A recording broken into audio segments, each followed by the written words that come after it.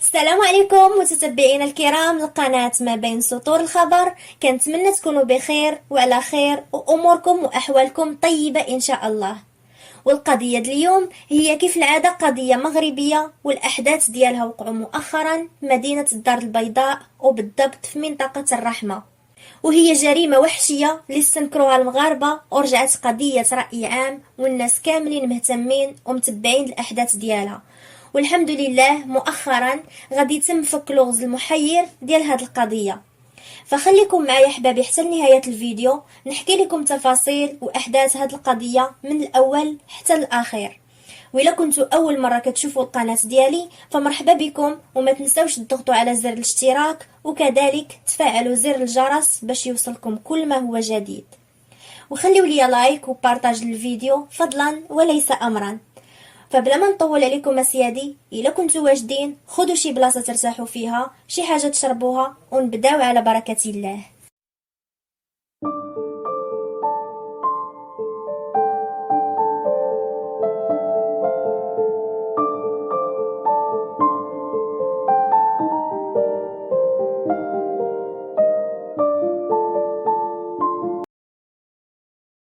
وفي بداية الأمر غادي نعرفكم على الشخصية الرئيسية ديال القصة، اللي كان الاسم ديالو هشام بورزة، من مواليد 1984. هشام تزاد وكبر في مدينة الدار البيضاء في وسط عائلة اللي بسيطة ومتواضعة. الأب ديالو كان كيخدم سيكليس والأم ربة بيت. هشام عاش طفولة عادية وسط عائلته وخوته، ومن صغره كان الحلم ديالو أنه يلتحق بصفوف الأمن الوطني. فهشام بقى متشبت بالحلم ديالو، قرا وكافح وخدا البكالوريا ديالو، ومن بعد كيلتحق بسلك الشرطة وكيتخرج وكيخدم شرطي مرور. فمن بعد غادي يتزوج وغادي يرزقو ربي بجوج ديال الوليدات.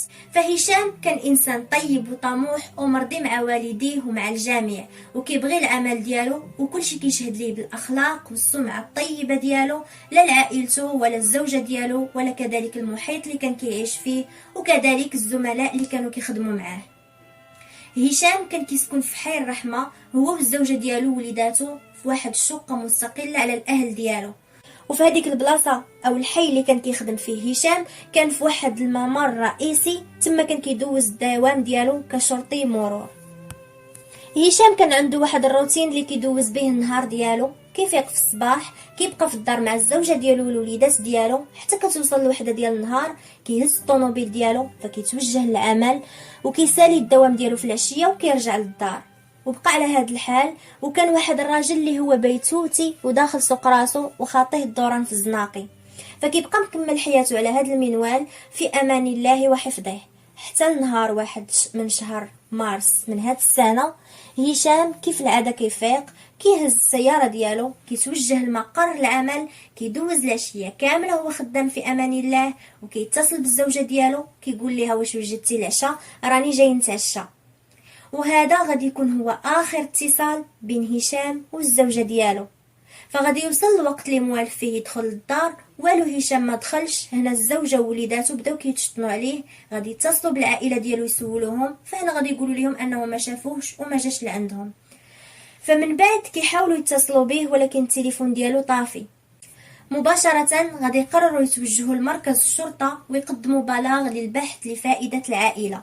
بحكم أن هشام كان خدام في سلك الشرطة فهما غادي يهتموا بالبلاغ ويطمنوا العائلة ديالو، وغادي يقولوا لهم سيروا كونوا هانيين، حنا غادي نديروا الخدمة ديالنا وغنشوفوا اشنو كاين وفين غادي يكون مشى.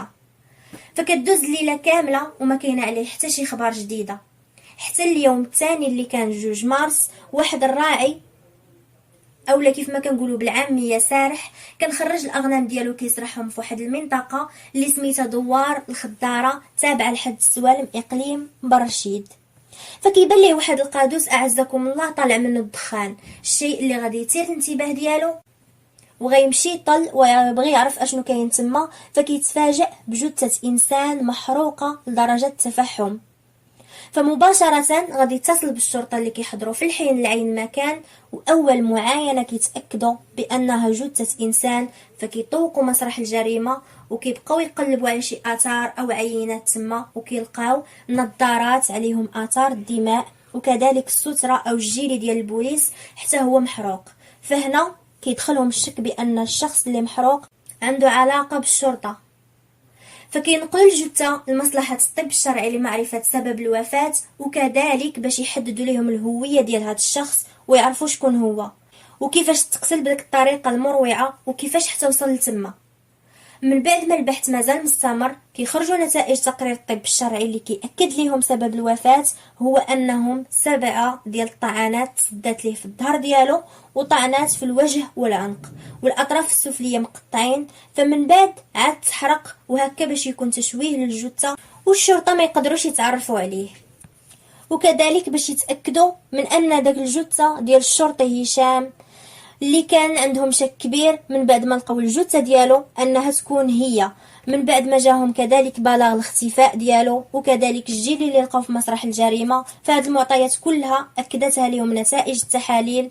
فمن بعد ما انتشرت هاد الاخبار والناس كاملين غادي يتصدموا ويتاثروا بهذه القضيه، لان هشام كيف قلت لكم السمعه ديالو كانت طيبه مع الجميع، والقضيه هنا كبرات وبدات كتعرف وولات قضيه راي عام والناس كاملين متبعين الاحداث ديالها، وخصوصا ان هذه القضيه كان كيلفها غموض كبير. وهاد الجريمه ما عندها حتى شي علاقه بالسرقه، لان هشام لقاو عنده فلوس في الجيب ديالو ولابس كذلك الساعه اليدويه، لان كون كان الهدف ديالهم عن السرقه كانوا غادي يكونوا خداو الساعه اليدويه اللي في الجيب وكذلك الفلوس. فالشرطه هنا بدا عندها تخوف كبير، لان السلاح الوظيفي ديال هشام ما عثروش عليه في مسرح الجريمه، وكذلك السياره مفقوده وكذلك الاصفاد المهنيه او الوظيفيه ديالو. فالشرطه خداو الامر بجديه وعرفوا انهم امام جريمه كبيره خاصهم يفكوا خيوط اللغز ديالها في اسرع وقت. فكيبداو التحقيق والبحث ديالهم باستخراج سجل المكالمات ديال الهاتف ديال هشام باش هكا يعرفوا اخر مكالمه كان هضر فيها ومع من، واللي كتبين على انه هضر مع واحد السيده. فكيمشيو مباشره عندها كيجيبوها لمركز الشرطه باش يبداو معها البحث ويعرفوا شنو علاقتها بالضحيه هشام واشنو كانوا قالوا في داك المكالمه. كيجيبوا حتى السياره ديالها وكيديروا عليها البحث ديالهم، لربما تكون الجثه ديال هشام تنقلات فيها او لا يكون فيها شي اثار بحال هكا، ولكن ما كيلقاو حتى شي حاجه اللي غادي تفيدهم في البحث. وكذلك من خلال جلسه الاستماع اللي داروا مع داك السيده كيتبين على انها ما عندها حتى شي علاقه بهذه الجريمه، وكذلك قدمت لهم حجه غياب في الوقت اللي تقتل فيه هشام. وكيبقاو البوليس مستمرين في هذه القضيه بشكل معمق حتى كيجيهم اتصال هاتفي من واحد الشخص كيخبرهم بانه واحد السياره شعل فيها العافيه في منطقه بوسكوره في البلاصه. الشرطه كيمشيو لعين المكان كيتاكدوا بان داك السياره اللي شعل فيها العافيه هي ديال هشام. فمن بعد ما كيتمكنوا من اطفاء الحريق وكيلقاو فيها كاميرا الوظيفيه ديال هشام، لان السياره واخا كانت تحرقات لحسن الحظ وكانت شاعله فيها العافيه ما تحرقاتش كامله. فلقاو داك الكاميرا من بعد ما غادي يفرغوها وغيشوفوا الاحداث اللي وقعوا لهشام داك النهار كامل من الصباح حتى الساعه اللي تختفى فيها. فكيتمكنوا من انهم غادي يلقاو واحد التسجيل اللي غريب نوعا ما، اللي كان فيه ان واحد الشخص كان كيتخاصم مع هشام. وكيف ما شفنا في هذا الفيديو هشام كان كيتنازع او كيتخاصم مع واحد الشخص على قبل الطريق، وكيبان على انه نقاش او نزاع روتيني عادي، ولكن الشرطه غادي يبداو البحث على هذا الشخص هذا وغادي يستدعيوه لمركز الشرطه باش يحققوا معاه وكيستجوبوه ويشوفوا لربما واش عنده علاقه بالقتل ديال هشام، او ربما يكون هذا الشخص مريض نفسي وحقد عليه من بعد داك النزاع اللي وقع بيناتهم وقرر ينتقم منه. فمن بعد التحقيق معاه كيتبين على انه كذلك ما عنده حتى شي علاقه بهذه الجريمه، وكذلك حتى هو قدم لهم حجه ديال الغياب اللي كان في الوقت اللي تقتل فيه هشام. ولحد الساعه مازال ما كاين حتى شي حاجه كتفيد في هذه القضيه، حتى كيتقدم لمركز الشرطه واحد الشخص سائق طاكسي وكيقول لهم واحد المعلومه اللي مهمه جدا واللي غادي تلفت الانتباه ديالهم. كيقول لهم بانه هزيت واحد الشخص ووصلته للمكان اللي طلب مني، ومن بعد ما نزل لقيت شي رصاصات في الكرسي الخلفي ديال الطاكسي. فهنا المحققين شكوا شك كبير بان داك الرصاصات كيرجعوا للسلاح الوظيفي ديال هشام، وداك الشخص اللي ركب في الطاكسي هو اكيد غادي يكون مولفعله وهو اللي نفذ الجريمه. ففي الحين كيجيبوا داك الرصاصات كيعرضوهم على الخبراء والمختصين باش كذلك يعرفوا واش كاين تطابق بينهم وبين السلاح الوظيفي ديال هشام اللي تختفى نهار تقتل فيه. وللاسف الشديد ما كيلقاوش تطابق بينهم وبين السلاح الوظيفي ديال هشام، وهاد لي بيست كاملين اللي بحثت فيهم الشرطه ما وصلتهم لحتى شي نتيجه اولا شي راس الخيط اللي يقدر يفيدهم في هذه القضيه. في هاد الاثناء البوليس غادي يقرروا بتفريغ الكاميرات اللي متواجدين في المكان اللي كان خدام فيه هشام، فحتى كيجيهم اتصال هاتفي من واحد الميكانيكي اللي كان بالنسبه لهم مهم جدا حتى هو، وكيقول لهم فيه بانه جوج الاشخاص جابوا السياره ديالهم يصلحها لهم كان فيها شي عطاب، وشك فيهم وفي التصرفات ديالهم، وظن انه لا يكون شي اثار متعلقه بهذه الجريمه في داك السياره. فالشرطه مباشره غادي يبحثوا على هاد جوج الاشخاص وغادي يديوهم لمركز الشرطه ويستجوبوهم ويبحثوا معاهم بشكل معمق ويشوفوا واش عندهم شي علاقه بهذه الجريمه، وكذلك كيحجزوا الهواتف ديالهم باش يشوفوا واش عندهم شي علاقه بهشام او لا كان شي اتصال بيناتهم او لا تكون بيناتهم شي علاقه. هادشي كامل الشرطه خدامين على قدم وساق وما كينعسوا لا ليل لا نهار، واخدين الامر بجديه وبسريه تامه، والبحث مازال مستمر حتى كتجيهم برقيه مستعجله من الشرطه السعيديه كيخبروهم فيها بانهم لقاو القبض على 4 اشخاص مشتبه بهم في واحد السياره، وهي نفس السياره اللي كانت كتدور في نفس المنطقه اللي كانت فيها السياره ديال هشام وهي كتحرق، فكيشكوا فيهم وكيلقيو القبض عليهم في واحد الفيلا اللي كانوا كارينها في السعيديه، ولقاو في الحوزه ديالهم كميه كبيره من المخدرات. فمن بعد ما كيعمقوا معاهم البحث كيكتشفوا على انهم جوج بنات وجوج دراري، ومن بينهم واحد الشخص ذو سوابق عدليه ومبحوث عليه منحرف كبير وتاجر مخدرات ملقب بالريفي، كانت عليه ازيد من 59 مذكره بحث. فكيتم الترحيل ديالهم من السعيديه لمدينه الدار البيضاء باش يزيدوا يعمقوا معاهم البحث ويحاولوا يعرفوا واش عندهم شي علاقه بمقتل الشرطي هشام او لا. فالمهم السيادي غادي يبداو في التحقيقات معاهم والابحاث بشكل سري كذلك، وهنا غادي يبداو يخرجوا السيناريوهات والاشاعات اللي ما عندهم حتى شي اساس من الصحه وما عليهم حتى شي دليل او معطى كتاكدوا النيابه العامه. فمن بين هاد الاشاعات ان السيده اللي كان لقاو عليها القبض الاولى مولات السياره ان هشام كان كيعرفها وعلى علاقه غير شرعيه بها، وكذلك ان هشام الله يرحمه كان على علاقه بطليقه ديال داك الريفي بارون المخدرات، وملي عرف بهذا الشيء قرر انه ينتقم منه ويصفيها ليه بداك الطريقه البشعه ويحرقه، وكذلك بان هشام كان متورط معاهم في التجاره في الممنوعات، ونهار قلب عليهم ما بقاش باغي يكمل معاهم فقرروا انهم ينتقموا منه بداك الطريقه. وبزاف ديال الاشاعات اللي ما عندهم حتى اساس من الصحه اللي خرجوا كيقولوهم من القنوات وكلاو لحم هشام وهو ميت الله يرحمه.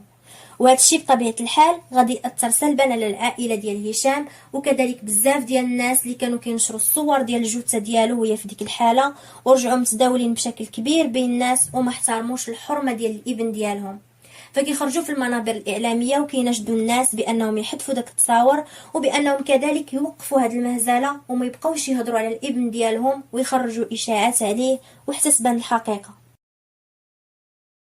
وفي هذه الأثناء الشرطة مازال مستمرين في البحث كيحققوا بشكل معمق مع 4 ديال المشتبه بهم اللي شدوهم مؤخرا وحتى هذوك الجوج اللي كان بلغ بهم الميكانيكي، ومن خلال الخبرة التقنية اللي داروها على هاتف الريفي قدروا يتوصلوا ل10 ديال الأشخاص مشتبه بهم جداد في هذه القضية، فغادي يتم القبض عليهم في منطقة حد السوالم والنواصر، وكان منهم تجار كبار في المخدرات، ومن خلال البحث معاهم فغادي يتاكدوا بانهم ما عندهم حتى شي علاقه بمقتل هشام، وخا هكاك غادي يبقاو شادينهم ملقي القبض عليهم باش غادي يشوفوا معاهم هذه القضيه ديال المخدرات كذلك، والابحاث بقات مستمره في سريه كبيره.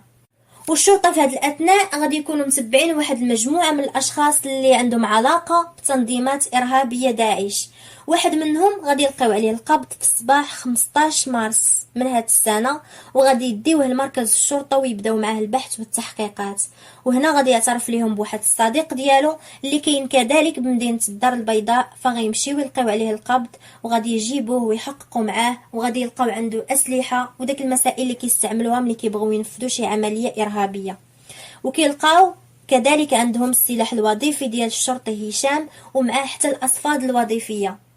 في هذه الاثناء كيتاكدوا البوليس ان هاد الجوج عندهم علاقه مباشره بمقتل الشرطي هشام، ومن بعد البحث معاهم كيعترفوا بانهم عندهم علاقه بهذه الجريمه، وهما مسؤولين على القتل ديال هشام، وماشي بوحدهم ولكن معهم شخص اخر اللي معهم في هذه القضيه، ومعهم كذلك في داك المجموعه ديال التنظيم الارهابي.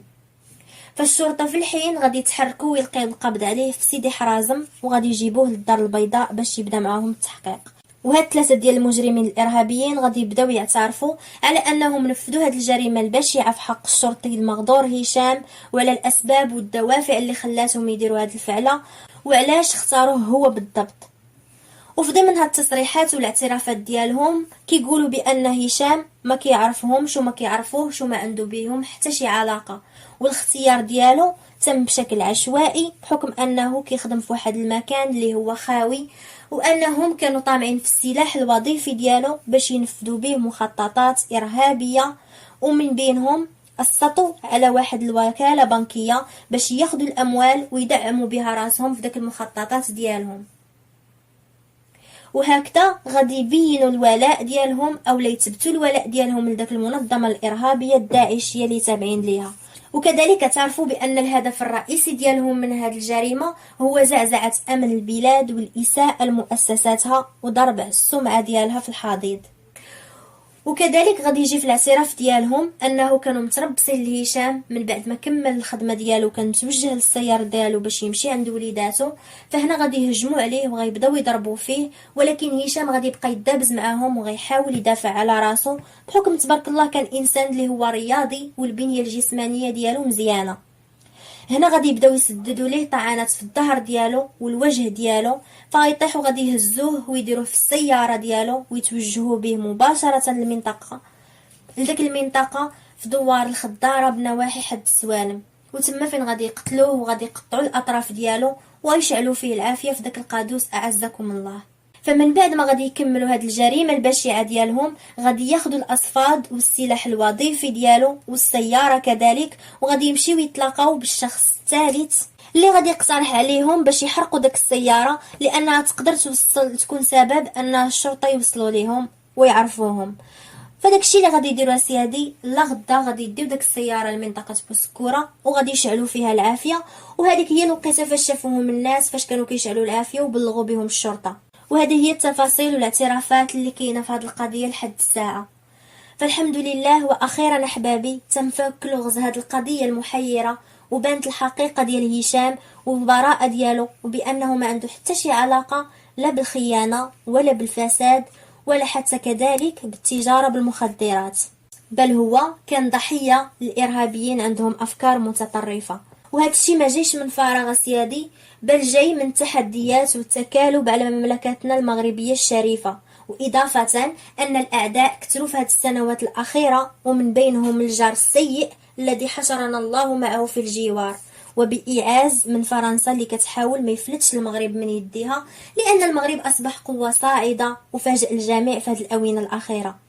ولهذا كنشوفوا هذه الانتقامات الصبيانية هنا والهيه، وما غاديش يكمل عليهم الله تعالى، لأن ثقتنا كبيرة في الله وفي مؤسسات الأمنية ديال البلاد ديالنا. فهشام كان شهيد استقرار الوطن، فالله يرحمه ويغفر ليه ويصبر العائلة ديالو. وحتى لهنا احبابي غادي تكون القضيه او القصه ديالنا سالات، فنتلاقاو في فيديو جديد وقضيه جديده ان شاء الله. بزاف وما تقبلتهاش، ما تقبلش يقولوا على ولدي هذيك الهضره، وما تقبلش كلام خاسر قالوا على ولدي وماشي ديالو، والحمد لله بانت الحقيقه وولدي ما داير والو. انا كنتمنى من سيدنا الله يطول عمره والله يشافيه ويخلي لي وليداته والسي حموشي ياخذوا لي حقي من هاد الناس يتابعوهم على ولدينا، نشروا عليه هاد النشره خاسره وماشي ديالو، والحمد لله ورفع لي ولدي راسي ورفع راس الشعب كامل ملي ولدي الحمد لله تقتل على بلاده وعلى السلاح وعلى عرفته كل شيء. ولدي سمح في عمره وما طلقش لهم السلاح ورزوني في ولدي وعدموا لي ولدي وعدموني، ولدي داو القبر وانا عدموني حيه، ونطلب من الله يجعل سيدي ربي ياخذ لي حقي منهم. ما نكذبش عليك كيفاش بان ليا، ما نكذبش عليك ولدي كون بالو لي ناكلهم، ندير جهدي تنموت فوق منهم. كي قتلوا لي ولدي وما داير والو، رفع عليه راسه ماشي على الفوق. نطلب من سيدنا والسي الحموشي ياخذوا حق ولدي ويعدموهم، هادشي اللي بغيت.